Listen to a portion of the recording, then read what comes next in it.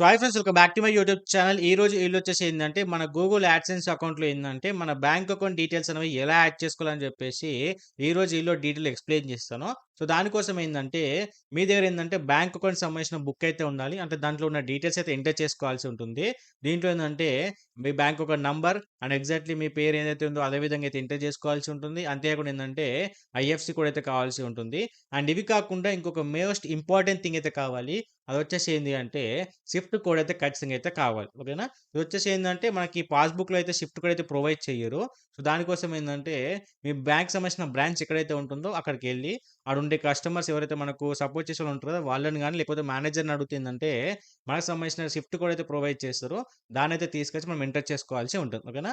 అది ఏ విధంగా ఎంటర్ చేసుకోవాలని చెప్పేసి ఇప్పుడు డీటెయిల్‌గా అయితే చూపిస్తాను. సో, దానికోసం వచ్చేసి ఏందంటే మీరేం చేయాలంటే మీ క్రోమ్‌లో వచ్చేసి గూగుల్ యాడ్సెన్స్ అయితే ఓపెన్ చేసుకోండి. ఓపెన్ చేసుకున్న తర్వాత మీకు ఈ విధమైన ఇంటర్‌ఫేస్ అయితే వస్తుంది. ఓకేనా? వచ్చిన తర్వాత ఏందంటే లెఫ్ట్ సైడ్‌లో మీకు టాప్‌లో వచ్చేసి 3 లైన్స్ అయితే కనిపిస్తుంది కదా! ఈ ఆప్షన్ మీద క్లిక్ చేసుకోండి.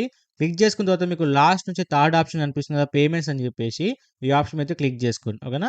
క్లిక్ చేసుకున్న తర్వాత ఏందంటే దీంట్లో ఫస్ట్ అయితే మనకు పేమెంట్స్ ఇన్ఫో అని చెప్పేసి అయితే కనిపిస్తుంది. ఇక్కడ క్లారిటీగా చూసుకోవచ్చు. ఈ ఆప్షన్ మీద అయితే క్లిక్ చేసుకోండి. ఓకేనా? క్లిక్ చేసుకున్న తర్వాత ఏంటంటే మీకు ఈ విధమైన ఇంటర్‌ఫేస్ అయితే వస్తుంది. ఇక్కడ క్లారిటీగా చూసుకోవచ్చు. యువర్ ఎర్నింగ్స్ అయితే కనిపిస్తాయి. అంతేకాకుండా ఏందంటే కొంచెం ఇక్కడ మనం స్క్రోల్ చేసుకుంటే ఏందంటే రైట్ సైడ్‌లో వచ్చేసి మనకు యాడ్ పేమెంట్ మెథడ్ అని చెప్పేసి అయితే ఉంది కదా! ఇక్కడ ఏందంటే మనం పేమెంట్ అయితే యాడ్ చేయాలి. ఓకేనా? సో, దానికోసం ఏందంటే ఇక్కడ యాడ్ పేమెంట్ మెథడ్ మీద క్లిక్ చేసుకున్నాం అనుకోండి. మనకేమంటే ఈ విధమైన ఇంటర్‌ఫేస్ అయితే వస్తుంది. ఇక్కడ ఏందంటే మన బ్యాంక్ అకౌంట్‌కి సంబంధించిన డీటెయిల్స్ అన్నీ కూడా ఎంటర్ చేయాలి. ఓకేనా? సో, ఇక్కడ క్లారిటీగా చూసుకోవచ్చు. సో, నీకైతే క్లారిటీగా చూపిస్తాను. సో, ఫస్ట్ వచ్చేసి ఏంది అంటే బెనిఫిషియరీ ఐడీ అని ఉంటుంది. ఇది ఆప్షనల్. మీరు ఎంటర్ చేయాల్సిన అవసరం అయితే లేదు. అండ్ సెకండ్ వచ్చేసి ఏందంటే name on the bank account అని చెప్పేసి ఉంది కదా! ఎగ్జాక్ట్‌లీ నేమ్ ఏ విధంగా ఉందో క్లారిటీగా అయితే ఎంటర్ చేయండి.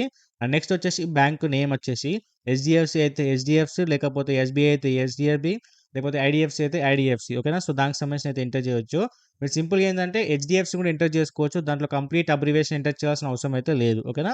అంతే కూడా కిందొచ్చేసి ఐఎఫ్‌సీ కోడ్ అయితే ఉంది కదా! అది ఖచ్చితంగా అయితే ఎంటర్ చేయాలి. అండ్ దాని కోడ్ కింద మనకు షిఫ్ట్ కోడ్ అని చెప్పేసి ఉంది కదా! ఇది మ్యాండేటరీ ఖచ్చితంగా యాడ్ చేయాలి.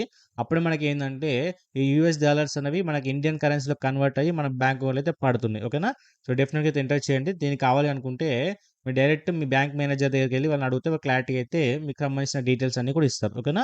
అండ్ నెక్స్ట్ వచ్చేసి ఏంది అంటే అకౌంట్ నంబర్ అయితే ఎంటర్ చేయాలి. అండ్ దాని కింద వచ్చేసి అకౌంట్ నంబర్‌ని మళ్ళీ ఎంటర్ చేయాలి. ఓకేనా? కన్ఫర్మేషన్ కోసం. ఇక గుర్తుపెట్టుకోండి అకౌంట్ నంబర్ అనేది ఒకటికి 2 సార్లు క్లారిటీగా చెక్ చేసిన తర్వాతనే మీరైతే కన్ఫర్మ్ అయితే చేసుకోవాల్సి ఉంటుంది. ఓకేనా? ఇవన్నీ ఎంటర్ చేసిన తర్వాత ఏందంటే కింద మీకు లాస్ట్‌లో కనిపిస్తుంది కదా! సో, మీకు క్లారిటీగా చూపిస్తాను. సో, ఇలా లాస్ట్‌లో కనిపిస్తుంది గదా! ఇక్కడేందంటే సింపుల్‌గా set as primary payment method అని చెప్పేసి ఉంటుంది. ఇక్కడ టిక్ మార్క్ లేకపోతే టిక్ మార్క్ ఇచ్చేయండి. ఇచ్చేసిన తర్వాత సేవ్ ఆప్షన్ మీద క్లిక్ చేసామనుకోండి అవన్నీ కూడా సేవ్ అయిపోతాయి. ఓకేనా? ఆ తర్వాత ఏందంటే మీ అకౌంట్‌లో ఏందంటే $100 అనేవి ఫిల్ అయిన తర్వాత ఆ పేమెంట్ అనేది మీ బ్యాంక్ అకౌంట్‌కి ట్రాన్స్‌ఫర్ అవుతుంది. ఓకేనా? ఫైనల్ కేస్ నేనైతే కంప్లీట్‌గా అయితే నా డీటెయిల్స్ అన్ని కూడా ఎంటర్ చేశాను. ఎంటర్ చేసిన తర్వాత ఏందంటే కింద టిక్ మార్క్ ఇచ్చేసాను. ఇప్పుడు ఏందంటే సింపుల్‌గా సేవ్ ఆప్షన్ మీద క్లిక్ చేస్తాను.